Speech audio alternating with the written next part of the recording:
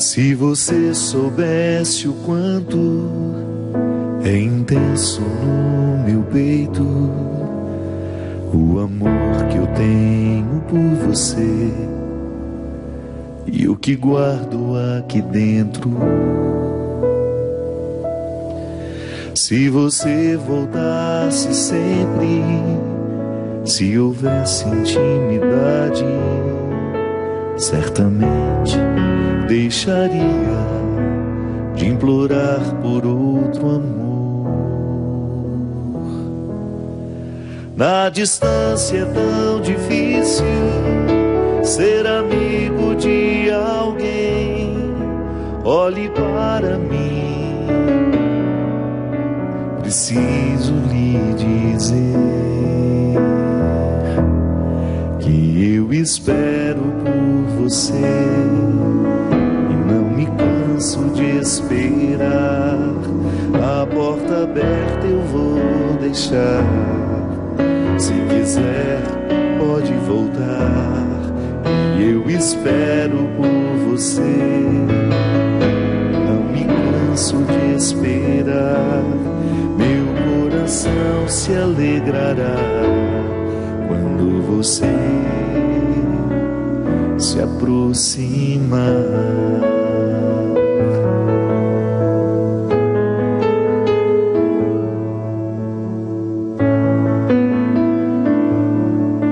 Se você se aproximasse do meu peito transpassado, se aos pés da cruz ficasse, saberia o que é o amor. Se o amor que me ofereces é tecido de palavras, eu lhe estendo os meus braços, mostro em gesto que é o amor.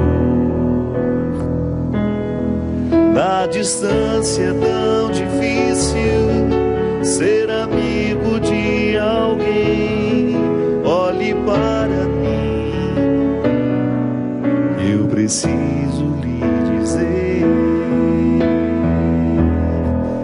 que eu espero por você e não me canso de esperar.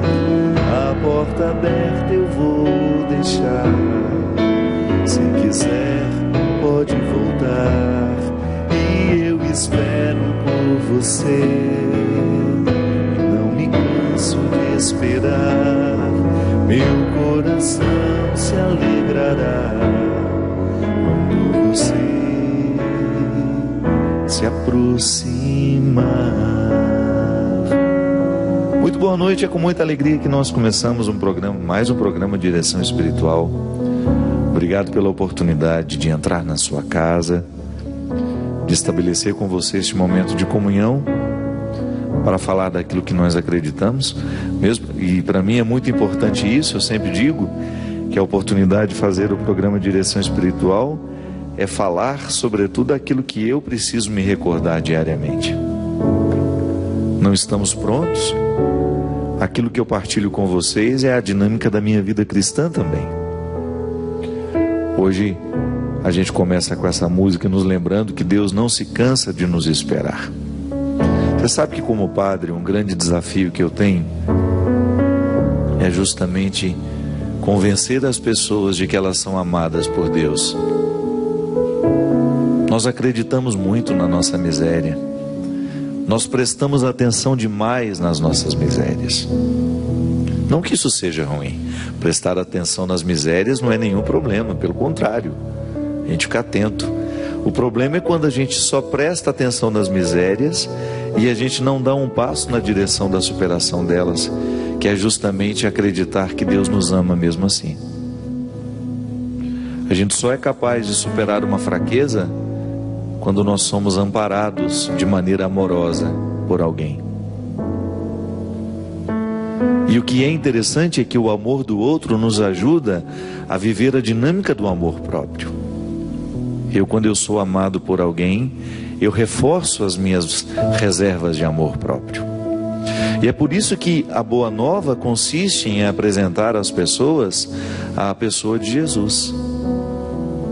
Todo e qualquer processo de evangelização começa por apresentar Jesus à pessoa.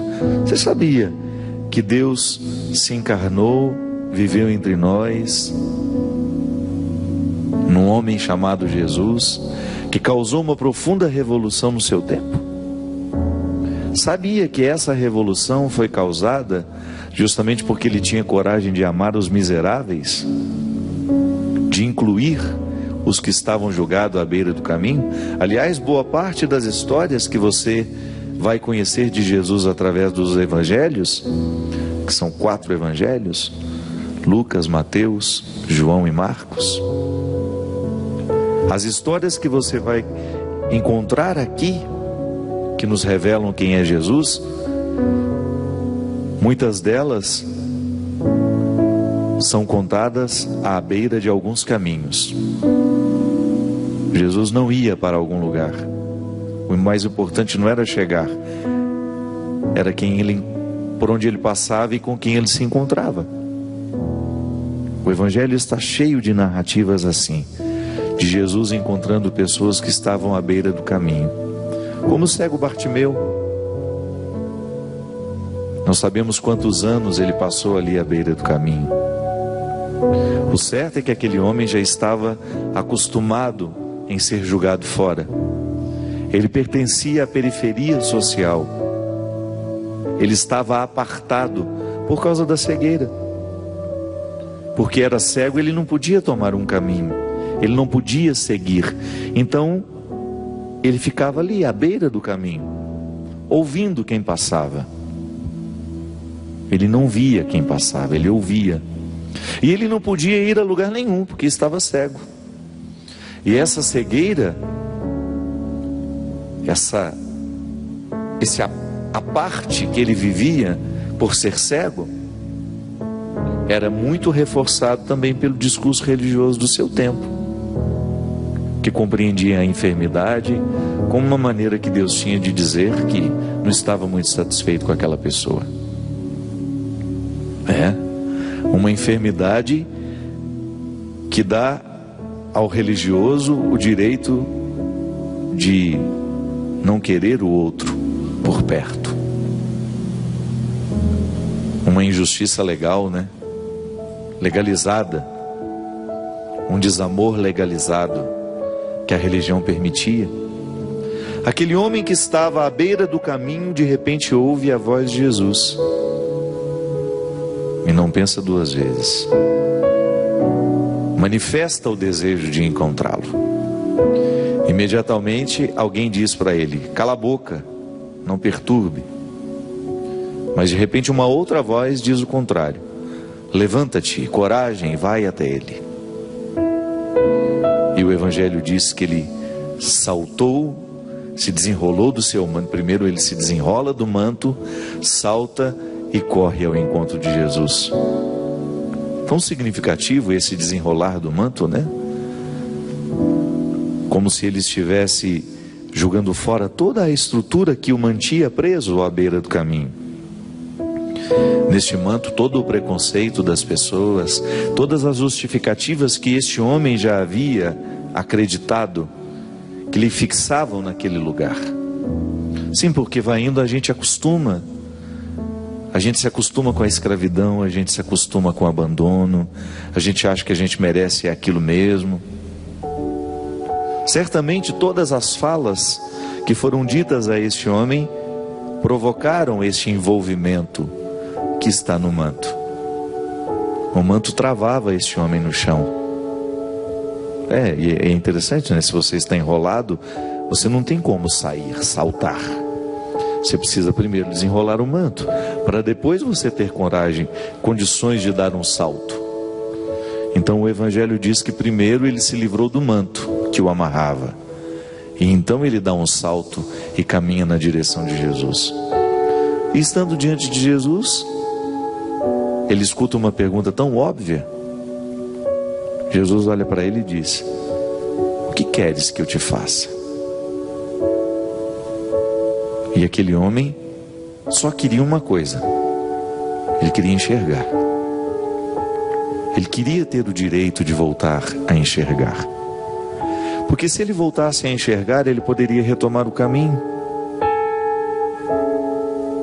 Ele poderia sair da beira do caminho, o não lugar, o lugar para onde não se vai, de onde não se sai.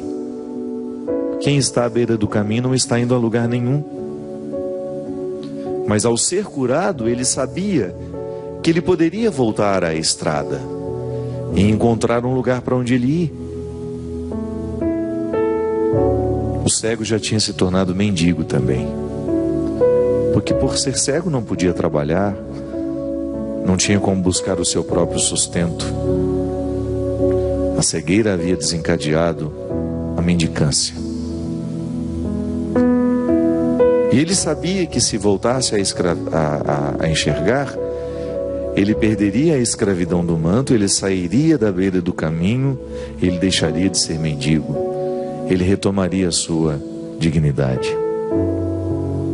Que a dignidade não vai embora da gente, mas ela fica adormecida, né? Por causa da vida que a gente vai levando, a gente esquece que a gente é digno. É o poder do pecado na nossa vida. Ele não retira a nossa dignidade, porque é irrenunciável.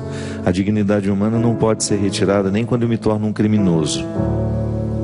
Ela não sai de mim, mas ela fica ofuscada. E ofusca sobretudo a consciência. A ação do diabo em nós é aqui, é na mente, né?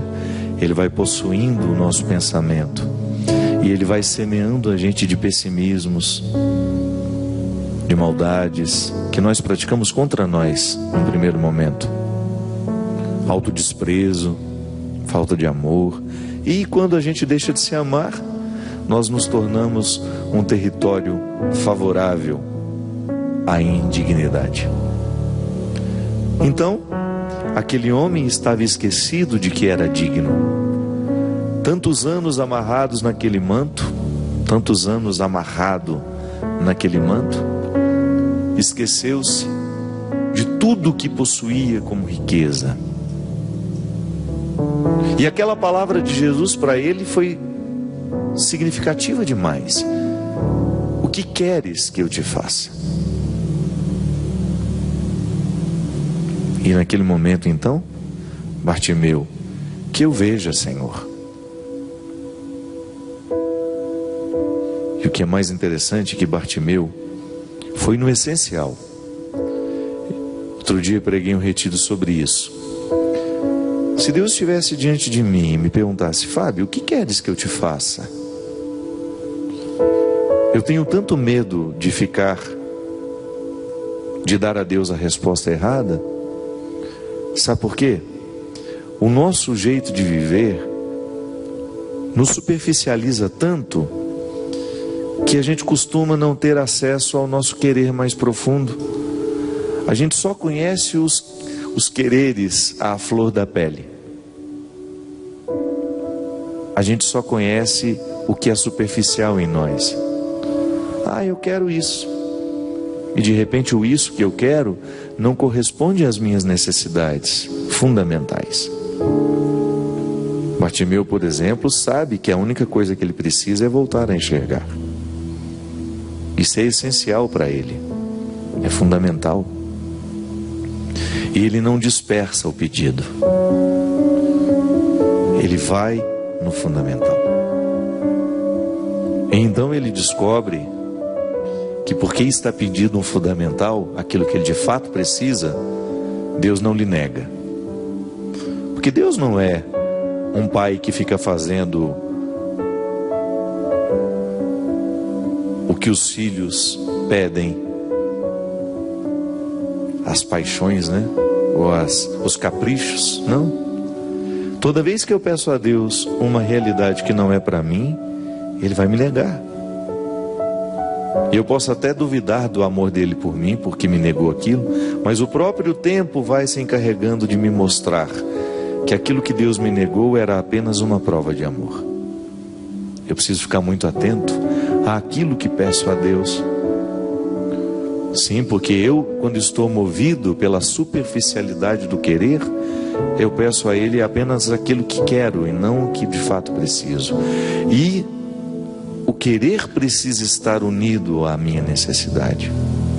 Por isso que eu digo que é preciso quebrar todas as barreiras que me separam do verdadeiro querer, daquilo que de fato eu preciso e quero.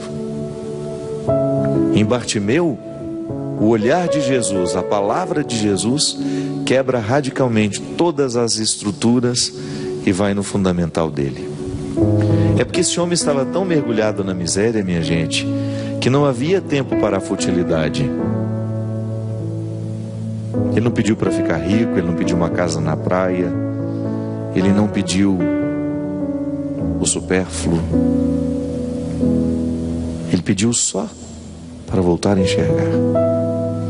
Porque se ele voltasse a enxergar, tudo lhe seria dado por acréscimo.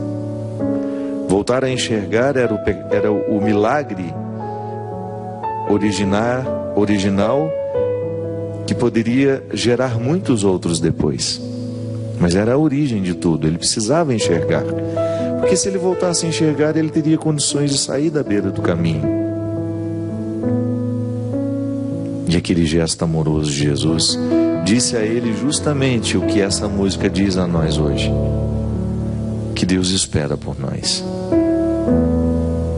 que Deus precisa nos dar aquilo que a gente quer, aquilo que a gente precisa, mas nós precisamos desenrolar o manto que muitas vezes nos impede de chegar até Ele, o manto que muitas vezes nos prende, que nos condiciona, que nos priva de dar o salto que vai nos colocar diante do Senhor. É interessante porque Bartimeu não enxerga, ele não sabe para onde ele deve correr, mas ele ouve a voz de Jesus. Ele não vê onde Jesus está, mas ele ouve. Tanto é que o Evangelho diz: ouvindo a voz de Jesus, o cego Bartimeu começou a gritar: Jesus, filho de Davi, tende piedade de mim. Em Bartimeu a fé chega pelo ouvido. Ele acreditava que Jesus podia curá-lo, mas ele não via, ele só podia ouvir. E o que é interessante é que Bartimeu certamente já tinha escutado falar de Jesus. Ele já conhecia o poder de reintegrar que Jesus tinha. Ele jamais iria querer se aproximar de um líder religioso se ele tivesse ainda em dúvida que esse líder religioso poderia rejeitá-lo da mesma maneira como ele foi rejeitado por todos os outros que passaram pela sua vida. Porque se Bartimeu continuava à beira do caminho, é porque ele ainda não havia encontrado um líder religioso que o reintegrasse. Então, para ele se encorajar e gritar pedindo a ajuda de Jesus, é porque ele já conhecia a fama que Jesus tinha de trazer para perto dele os piores, os rejeitados, os doentes, os miseráveis, os pecadores. Sim, porque naquela época doença e pecado tinham o mesmo significado. A doença era uma manifestação do pecado. Então Bartimeu sabia muito bem. Quando ele escuta a voz de Jesus, ele sabia muito bem que ali estava alguém com quem ele poderia contar. Alguém que poderia fazer diferença na sua vida, que pudesse oferecer aquilo que ele precisava e que estava expressa no seu querer, porque ele queria o fundamental. O sofrimento já havia curado tanto Bartimeu que ele já estava prontinho para a cura física dos olhos. Certamente aquele tempo à beira do caminho que amarrou Bartimeu em um contexto de segregação havia colocado no coração daquele homem todos os atributos necessários para ter coragem de dar aquele salto, desenrolar-se no manto, dar aquele salto e caminhar na direção de Jesus com o seu querer à flor da pele. O querer mais profundo manifestado à flor da pele. O querer mais profundo, fundamental, elementar, na ponta da língua. Que queres que eu te faça? Que eu veja, Senhor, sem titubear. Eu fico pensando, sabe, que muitas vezes nós não sabemos nem o que nós queremos. Ficamos sim à beira do caminho, ficamos amarrados nos nossos mantos, nas nossas segregações, na nossa falta de amor, mas isso não é o suficiente para nos amadurecer. Perdemos pessoas, perdemos estruturas, mas isso ainda não é o suficiente para nos amadurecer, para nos fazer chegar à consciência do que de fato queremos, para nos colocar no caminho do fundamental, sabe? Tenho medo de que o nosso sofrimento seja em vão e que ele só nos amargure, não nos amadureça. Que ele não provoque a maturidade que provocou em Bartimeu, para colocá-lo com condições, capacidade de dizer ao Senhor o que ele de fato queria. Tenho vergonha às vezes da oração que faço a Deus, do que peço, porque não corresponde à minha necessidade. Corresponde às vezes aos meus caprichos, às minhas paixões vãs, quando na verdade eu preciso saltar para estar diante do Senhor e pedir a Ele o que eu quero, mas o querer mais profundo que está ligado àquilo que eu necessito. Então, há duas formas de responder. Senhor, que queres? Desculpe-me. O que queres que eu te faça? O Senhor me pergunta. Eu posso responder a Ele a partir de um querer superficial que não corresponde ao que eu disse, ao que eu preciso, ou eu posso responder a partir de um querer que já está à flor da pele, porque já foi muito metabolizado, compreendido, fruto do sofrimento, da luta, da maturidade, que me traz isso na ponta da língua. Senhor, que eu veja. E neste veja, nós colocamos todas as necessidades do nosso coração, para a gente se tornar uma pessoa melhor. Que eu seja fiel, Senhor, que eu seja verdadeiro, que eu seja justo, que eu deixe de ser ciumento, possessivo, que eu deixe a mentira, que eu deixe o apego, que eu me liberte de tudo aquilo que me priva de ser quem eu posso ser, de todas as realidades que me colocam à beira do caminho. Que eu me liberte, Senhor, da minha infantilidade, da minha maldade, da minha crueldade. Que eu tenha, Senhor, condições de descredenciar todas as minhas ilusões. O que queres que eu te faça? Essa pergunta, minha gente, saber responder a ela faz toda a diferença na nossa oração. Porque Deus continua falando conosco através de Jesus, da mesma forma como falou com Bartimeu, de maneira muito humana. Por isso o mistério da encarnação continua agindo em nós, porque ele é humano, uma linguagem humana escrita aqui na Sagrada Escritura. Eu tenho contato com o Verbo encarnado aqui. Deus encontrando um outro homem, da mesma maneira como um amigo encontra outro amigo. Nós não estamos falando de uma voz que veio do céu. Não, nós estamos falando de um homem que se interessa por alguém que está jogado no chão. Nós estamos falando de um Deus encarnado que está falando com voz humana, olhando com olhar humano, socorrendo com braços humanos. É este Deus encarnado que me fala também da mesma forma, com os mesmos recursos humanos. E embora seja uma letra sagrada, né?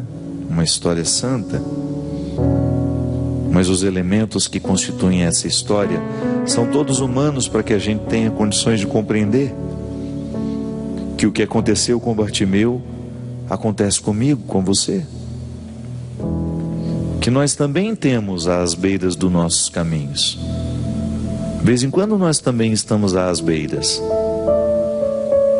De vez em quando nós estamos julgados, cegos, sem saber para onde ir, privados do essencial e até mesmo sem condições de dizer a Deus o que a gente quer.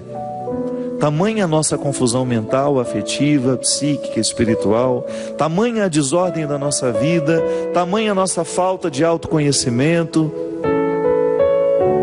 o nosso despreparo para ser quem a gente é, e a nossa incapacidade de dizer a Deus o que nós queremos. Se hoje lhe fosse dada a oportunidade de estar diante de Jesus, da mesma forma como Bartimeu esteve, e se o Senhor perguntasse a você, da mesma forma como que perguntou a Bartimeu, o que queres que eu te faça?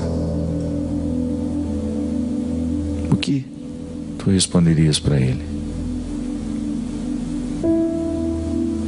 Nós vamos para um rápido intervalo e a gente volta já já com o programa Direção Espiritual.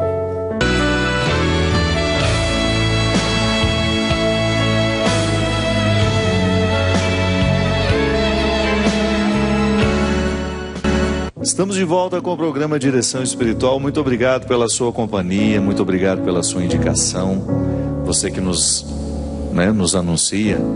O programa Direção Espiritual vai se tornando muito conhecido através de pessoas que, ao conhecerem, vão comunicando outras. E até mesmo a Canção Nova vai se tornando muito conhecida assim. Nós falamos no primeiro bloco da necessidade que nós temos de amadurecer a nossa personalidade. É claro que a gente não corre atrás de sofrimento não, mas como ele já existe e ele faz parte do processo humano, a compreensão do próprio sofrimento nos ajuda muito a superar as barreiras da infantilidade. E nós temos este livro aqui, Quando o Sofrimento Bater a Sua Porta, que é uma obra escrita por mim, justamente refletindo sobre o poder pedagógico que o sofrimento tem na nossa vida. Então, se você está passando por um momento difícil, se você conhece alguém que está necessitando de uma leitura, que às vezes as pessoas me perguntam, padre, o que o senhor me recomenda dos livros do senhor? Já tenho quase 20 livros escritos, né? Muita gente pergunta o que eu posso dar de presente a fulana de tal, que perdeu um filho, que está passando um momento difícil. Eu sempre gosto de recomendar o livro Quando o Sofrimento Bater a Sua Porta. E além de você ter uma leitura que vai lhe ajudar a crescer espiritualmente, você ajuda a manter essa obra. A Canção Nova, além das doações, ela sobrevive da venda dos produtos que evangelizam.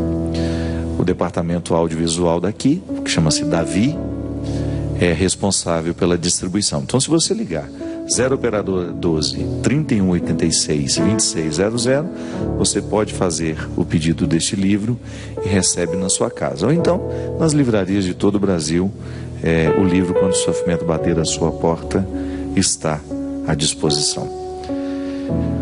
Queria convidar você que tem condições de tempo também e um pouquinho de dinheirinho sobrando, né? No dia 18 de outubro, nós vamos embarcar rumo à Polônia por uma peregrinação também organizada pela Canção Nova em parceria com a Obra de Maria.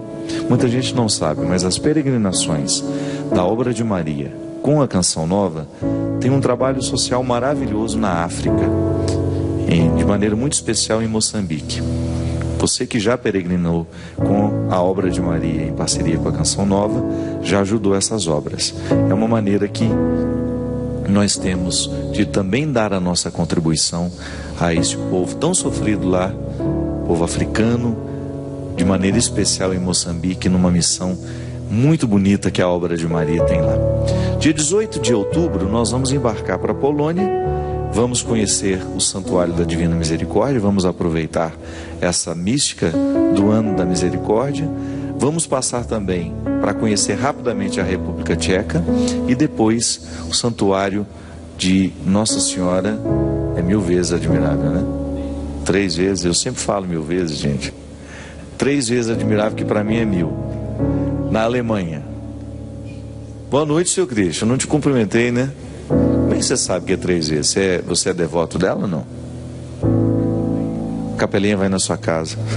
Por que será que eu falo 1000 vezes admirável? Tem alguma expressão? A minha portuguesinha ali falou que não tem problema, pode falar que é. Você conhece lá, não? O santuário dela na Alemanha? Pois é, uma viagem além de mística, de muito especial, belíssima. A Polônia é um dos lugares mais bonitos que eu conheci na minha vida. Estivemos lá há 2 anos. Que lugar bonito. A cidade, então, onde nasceu João Paulo II, lugar onde ele foi bispo. Enfim, um lugar muito especial. E um dos territórios mais católicos do mundo, né? Nós vamos atender aqui as pessoas que nos escrevem, que estão entrando em contato conosco através do e-mail. São muitos, e são muitos pedidos de aconselhamento, e nem sempre a gente consegue, porque o padre fala muito, né? Ele responde pouco e fala muito, mas é o formato que a gente faz. A Canção Nova tem muitos programas com Pergunte e Responderemos, com um jogo rápido de pergunta e resposta. Aqui no programa de Direção Espiritual a gente prefere a reflexão mais demorada, com menos perguntas. Padre Fábio, tem uma dúvida. Para São Paulo, Adão personifica a humanidade caída e Cristo personifica a humanidade redimida. Já que Adão personifica a humanidade desobediente, pecadora e que morre, Deus só podia resolver o problema da carne pecaminosa enviando seu Filho em total solidariedade e identidade com a humanidade na sua existência sob os poderes do pecado e da morte. Pela desobediência de um só homem, todos se fizeram pecadores. E do mesmo modo, pela obediência de um só, que é Jesus Cristo, que veio para nos salvar do pecado, todos se tornarão justos. Pergunto: por que então continuamos nascendo com o pecado? Sei do batismo. Mas se Jesus morreu para nos libertar, não éramos para nascer sem o pecado original? Padre, eu sou católica, amo minha religião e sou a favor de todos os sacramentos, mas tenho essa dúvida. Por gentileza, esclareça-me. Pergunta inteligente, né? Da Silvia. Silvia, na verdade, nós pertencemos à linhagem de Adão. Nós somos humanos. Nós não somos o Criador, nós somos criaturas. E porque somos criaturas, nós trazemos a marca daquele que é o símbolo, digamos assim, a origem de toda a fragilidade. Adão, né, que é o homem que vem do barro, está em mim. Então eu tenho a dimensão crística, sim, porque a redenção de Jesus lavou a mim, lavou o Christian, lavou a todos nós. Nós estamos todos sob o influxo da graça salvífica de Cristo. Mas essa graça salvífica de Cristo, ela precisa ser compreendida de 2 formas. Na teologia, o meu querido mestre João Padre Quinob, ele dizia: a salvação é para nós dom e tarefa. Significa que é um dom, eu não preciso fazer nada para receber, o sacrifício de Cristo me concede, mas ela é uma tarefa, porque eu sou uma criatura vulnerável ao pecado. Talvez a dificuldade de compreensão seja em nós dizermos que uma criança já é pecadora. É aí que talvez esteja a grande dificuldade em compreender o pecado original. Na verdade, aquela criança, ela tem a marca do pecado, mas ela ainda não cometeu nenhuma prática pecaminosa. Ela tem a marca do pecado dentro dela, mas quando é que ela vai pecar a primeira vez na vida? Já parou para pensar nisso? A igreja nos diz que é pecado quando eu tenho liberdade, consciência e matéria grave. Então, se constitui um pecado com esses elementos. Uma criança, um recém-nascido, por exemplo, ela não faz absolutamente nada que seja livre, consciente, escolhido por ela. Concorda comigo? E nenhuma matéria grave. Agora, quando nós dizemos que essa criança é pecadora, é porque ela traz em si essa fragilidade original.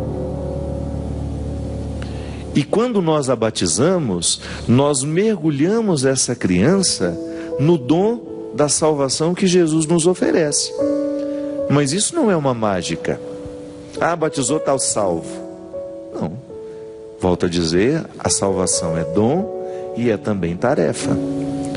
É para a gente ter o que fazer ao longo da vida com essa salvação que nos foi dada.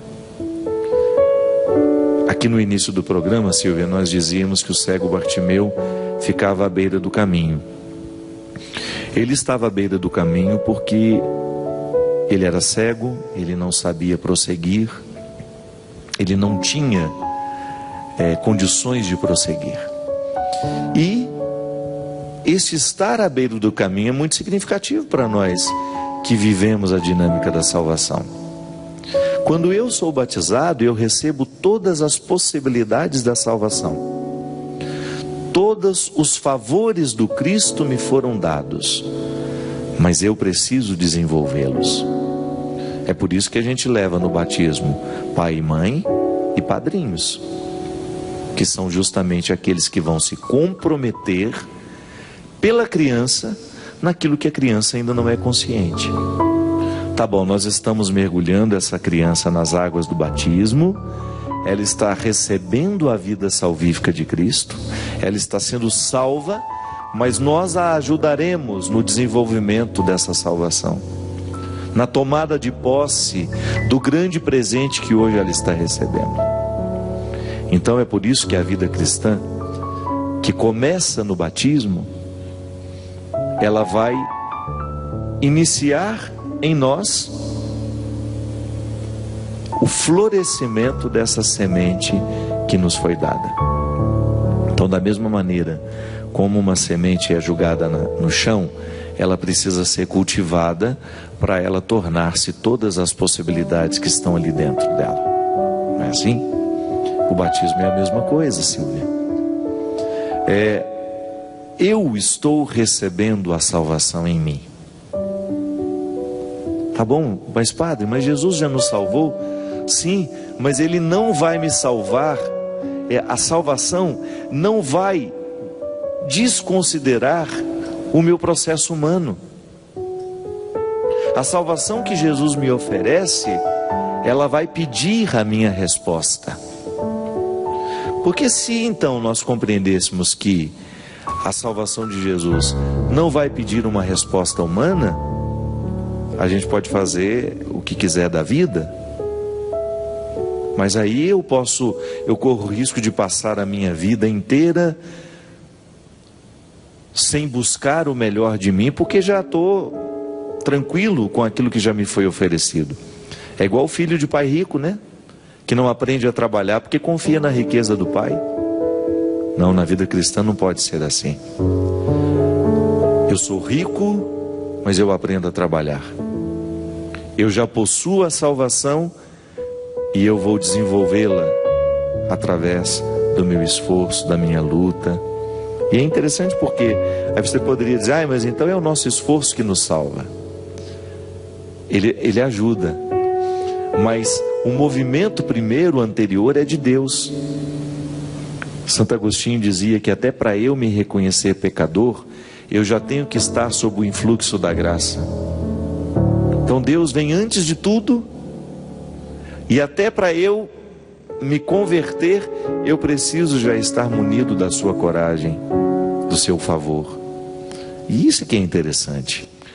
Cada vez que eu consigo vencer uma dimensão pecaminosa do meu jeito de ser, da minha personalidade, eu estou atualizando a salvação de Cristo na minha vida.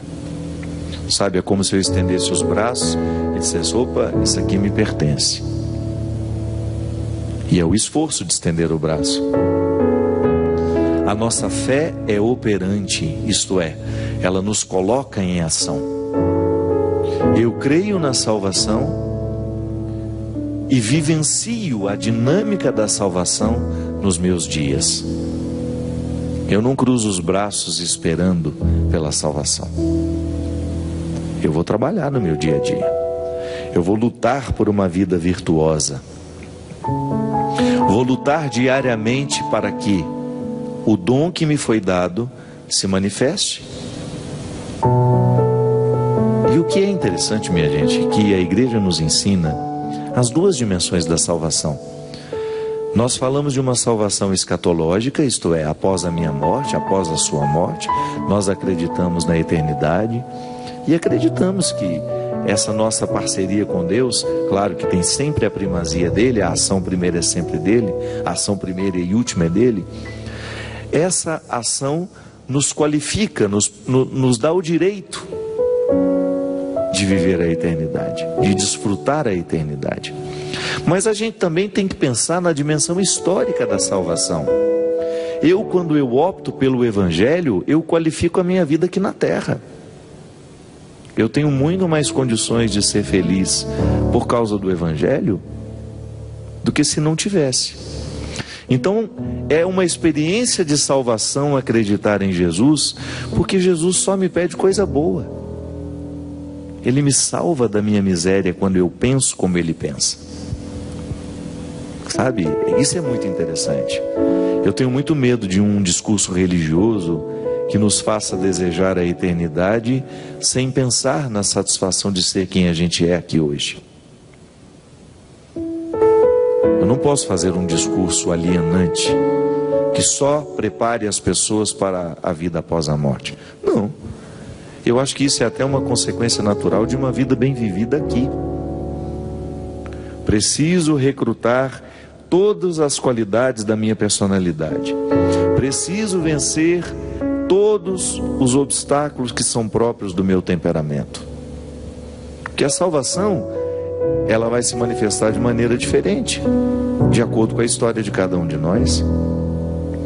Tem gente que tem mais facilidade de ser generoso, está no DNA dela. E quando eu falo DNA, não estou falando só da genética, não. Cresceu num ambiente solidário, cresceu aprendendo a ser solidário, teve uma educação boa para esse aspecto, motivada, teve bons exemplos dentro de casa. Há pessoas que não, há pessoas que nascem num contexto onde a generosidade é escassa. É claro que essa pessoa vai ter muito mais dificuldade de tornar-se generosa do que aquela que começou desde cedo a ter lições de generosidade ao seu lado. Isso é o DNA que eu falo, né? As influências que nós tivemos, as pessoas que tiveram autoridade sobre nós, tudo isso influencia na nossa capacidade de adquirir e desenvolver virtudes. Então o Christian, ele tem a luta pessoal dele ali para ser cristão, e essa luta do Christian é diferente da minha, porque nós somos duas pessoas diferentes. Pode ser que o Christian tenha muito mais facilidade do que eu de vencer os defeitos, por causa da história. E é por isso que é interessante que Deus conta tudo isso. Deus é justo, Deus é misericordioso, Deus é amoroso. Deus enxerga aquilo que nós não enxergamos. E por isso que é tão perigoso a gente ficar dizendo: você está salvo, você está condenado, por causa do estilo de vida que a gente consegue ver. Quem garante que aquele estilo de vida ali, que aquela pessoa está vivendo, é o máximo que ela conseguiu? Quem nos garante que aquela pessoa teria condições de ir além do que já foi? Porque faltou instrumental humano ao redor. Tantos criminosos se tornaram criminosos justamente porque lhes faltaram oportunidades de serem melhores. É por isso que a gente tem que travar a nossa língua para os julgamentos, viu? O mistério humano é muito mais profundo do que nós imaginamos. A coisa mais fácil que tem é a gente olhar para o outro e fazer um julgamento dele. Mas a gente não sabe o que o levou a ser daquela forma. Os condicionamentos sociais e até mesmo os determinismos genéticos. Sim, nós temos algumas determinações genéticas. Pessoas que têm uma facilidade à violência, porque geneticamente trazem isso. A ciência já consegue falar disso, já consegue nos explicar isso. E o discurso religioso não pode desconsiderar as descobertas científicas acerca do ser humano. Nós fazemos um discurso para humanos, nós estamos fazendo um discurso sobre nós. Se esse discurso religioso não considera as questões humanas, ele é alienante, ele é desnecessário. E o pior, ele se torna desacreditado. Então eu, por exemplo, para eu me tornar cristão, Silvia, eu posso ter desafios diferentes dos seus, porque nós somos duas pessoas diferentes. Pode ser que você tenha condicionamentos que eu não tenho, pode ser que eu tenha condicionamentos que você não tem, e é por isso que eu preciso ter paciência com você e você comigo. É por isso que eu preciso lhe respeitar e você me respeitar. Agora, o nosso respeito será sempre motivador. Eu, como cristão, sendo seu irmão, que nunca lhe vi, e sendo padre para você nessa noite que você me dá o prazer de ser, ao dividir comigo uma dúvida sua, eu ter a oportunidade de entrar aí na sua mente, no seu coração, e lhe falar alguma coisa sobre o pecado original, e você de repente colocar credibilidade naquilo que eu estou lhe dizendo, nós nos auxiliamos nas conquistas da salvação. O programa de direção espiritual mesmo nós comemoramos aqui há pouco tempo 10 anos. São 10 anos promovendo a salvação na vida das pessoas através da reflexão.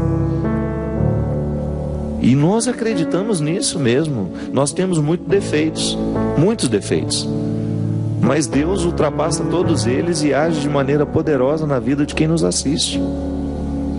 Quantas pessoas foram libertadas enquanto assistiam o programa de direção espiritual de situações pecaminosas, de condutas pecaminosas, de pensamentos pecaminosos.